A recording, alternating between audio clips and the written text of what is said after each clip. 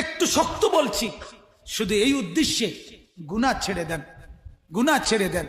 সুদ, ঘুষ, মিথ্যা, মদ, জুয়া, অনেক যুবক, অনেক নওজোয়ান শহরে বন্দরে গ্রামে গঞ্জেও এখন মাদকাসক্ত, মদে আসক্ত, ইয়াবা, ফেন্সিডিল, গাঁজা, হাজারো রকমের নেশা।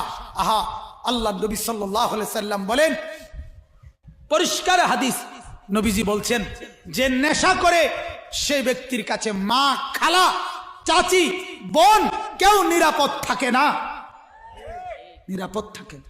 নেশাখোর আপন জনের উপরেও আক্রমণ করে, আপন জনের উপরেও ঝাঁপিয়ে পড়ে। নাউজুবিল্লাহ, নাউজুবিল্লাহ। এজন্য নেশার থেকে বাঁচেন, অশ্লীলতা থেকে বাঁচেন, ব্যভিচার থেকে বাঁচেন। আল্লাহ তাআলা বলছেন, নাইলে আমি দুনিয়াতেও শাস্তি দেব, নাইলে আমি আখিরাতেও শাস্তি দেব। এজন্য আজকে আমার এটাই কথা, মূল বক্তব্য। আগত মুসিবত, পিছনের মুসিবত, সব মুসিবতের কারণ গুনাহ। বলেন কোন? গুনাহ। বলেন না কারণ কি? গুনাহ। গুনাহ। আবহাওয়া পরিবর্তন, জলবায়ু পরিবর্তন, সাগরের তলের মাটি সরে গেছে, এই হইছে সেই হইছে, এডি হইছে কা? মাটি সরে কা? কথা বলেন না কেন? আবহাওয়া পরিবর্তন হইল কেন? জলবায়ু পরিবর্তন হইল কেন? যাই বলেন, মূল কারণ গুনাহ। মূল কারণ কি? এজন্য গুনাহ ছেড়ে দেন। বিশেষ করে নারী কেন্দ্রিক জিনা ব্যভিচারের গুনাহ। বলেন ইনশাআল্লাহ।